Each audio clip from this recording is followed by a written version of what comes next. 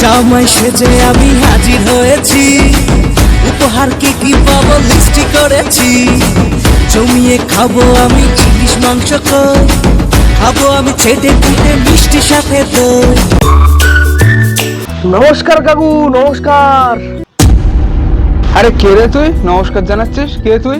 আরে কাকু, আমি আপনার হবু জামাই, মানে আপনার মেয়ে আমার সাথে একটু ইয়ে করে। আমার মেয়ে তোর সাথে লাইন মারে?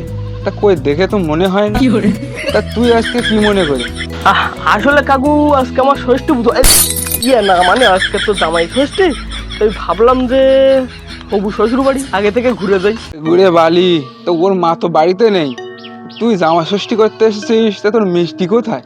ও কাকু মিষ্টি, ও কথা আমি ভুলিনি। এই দেখো এক বোতল সস, একদম স্পেশাল মিষ্টি, একদম ভর্তি এর মধ্যে। দেখো দেড় তো সস, এরকম কিট্টু জামাই আমি আগে দেখিনি কখনো। তুই আমার মেয়েকে খাওয়াবি কি করে বলতো? তোমার মেয়ে যত কিছু খেতে চাই খাওয়াবো, কিন্তু মেয়ের বাবা মাকে খাওয়াবো কিসের জন্য? কাকু কাকু করে ডাকছিস কেন? আমি তোর হবু শ্বশুর, বাবা বলে ডাক। ও কাকু, আপনি তাহলে মেনে নিচ্ছেন? ও কি আনন্দ, এই না হলে জামাই ষষ্ঠী। আরে কাকু, বাবা বলে ডাকছে না, বিয়েটা হোক হলে ডাকবো।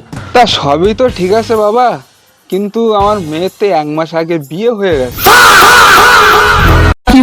কিন্তু কাকু এভাবে মিথ্যে কথা বলার কোনো মানে হয়? এই 1 মাস ধরে আমি দেখছি যে আপনাদের পুকুরে একজন প্রতিদিন থালা ঘটি বাড়ি মারছে, তাহলে ওটাকে? আরে জানোয়ার, তোর নজর ওইদিকে? আরে ওটা তো আমার বউ।